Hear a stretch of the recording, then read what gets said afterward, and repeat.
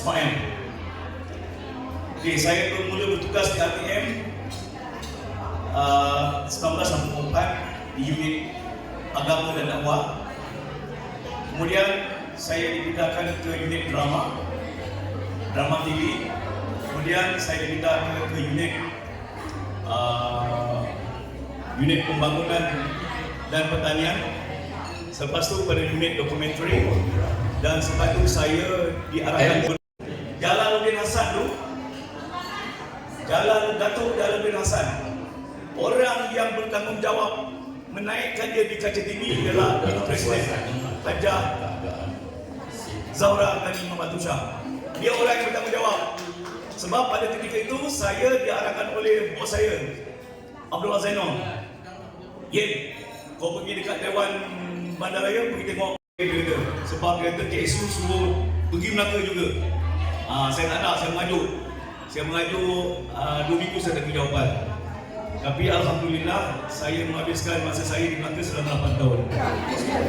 Dan saya berkhidmat dengan RTM selama 39 tahun, 11 bulan, 27 hari. Dan saya pencen pada 12 April 2020 pada ketika itu COVID sedang mengganas. Saya pencen pun tidak langsung berjumpa dengan staf sebab pada ketika itu pejabat kosong, tak ada orang. Jadi saya keluarlah slide juga. Pak orang kata begitu pula. Jadi sebelum saya nak teruskan lagi 2-3 minit ni, izinkan saya berpantun sebab pada jam saya berpantun, saya orang Melaka jangan dicabar kalau tak berpantun. Kapal dagang dari seberang, syarat muatan kayu meranti. Dari jauh kita dah datang. Rakan-rakan PUB RTM sedia menanti. Terima kasih. So, alhamdulillah, petang ini saya rasa satu momen yang cukup baik untuk kita menyapa, bertanya khabar pada rakan-rakan kita yang telah berpencen. Ada yang masih segak, ada yang orang kata mengidap penyakit, tapi saya harap semuanya adalah yang terbaik saja, insyaAllah. Okey, Jalaluddin Hasan tu, Datuk Jalaluddin Hasan, orang yang bertanggungjawab menaikkan dia di kaca tinggi ialah Ibu Presiden Hajah Zaura Ghani Muhammad Tushar. Dia orang yang bertanggungjawab. Sebab pada ketika itu saya diarahkan oleh bos saya, Abdullah Zainal.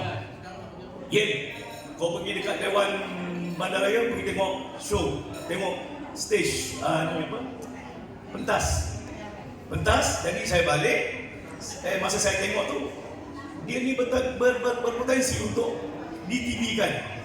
Jadi saya pun balik cerita dengan Kak Lola, dengan RJ, dengan arwah Kak Husna sekali. Jadi tahu macam mana Kak Lola panggil dia kata, masa tu dia kerja dekat Jalan Tandang, dekat dengan pejabat kita di Beijing. Datuk, saya nak menjelas sikit. Pasal masa nak habis, tapi saya nak tanya. Sepanjang bertugas 39 tahun lebih itu, ada tak satu kisah yang menarik yang boleh kita himbau kepada kita?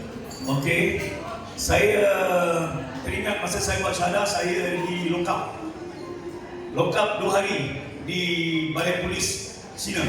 Sebab saya disyaki mengambil gambar-gambar yang tidak berbelok. Jadi saya, kementerian saya adalah mutu tersilap ambil gambar yang tanpa arahan saya diambil, and then polis akan rampas. Dan saya dibawa ke Balai Polis selama lebih kurang dalam 2 hari. Tidur dalam lokap. Masa itu saya buat syahadah. Jadi itu pengalaman saya yang cukup ngeri lah. Kita berada di negeri China dan masuk lokap. Hebat Datuk Ibrahim. Datuk Ibrahim, saya kena witness. Masa dah habis. Nak sikit masa? Okey, bagi 1 minit. Okey. Jadi saya ambil kesempatan ini untuk mengucapkan kepada semua maha-guru saya yang berada di sini. Antaranya lah Kak Lola. Okey, saya kenal jasa dia. Arwah Kak Husna lah yang bertanggungjawab membawa saya daripada SA untuk produce panggung RTM yang akhirnya drama panggung RTM itu masuk finalis Seri Angkasa. Tapi kalah dengan Pusatek dan sebagainya. Jadi itu pengalaman saya, dan saya juga terima kasih banyak kepada Abadin Haji Nordin kerana menjadi DP saya mengirim gelombang berada di lautan di Terengganu selama 2 minggu. Okey, mana kita duduk dalam laut 2 minggu tanpa segala kemudahan asas yang ada. Jadi terima kasih kepada dari DP, dari Gelombang dan kepada Abang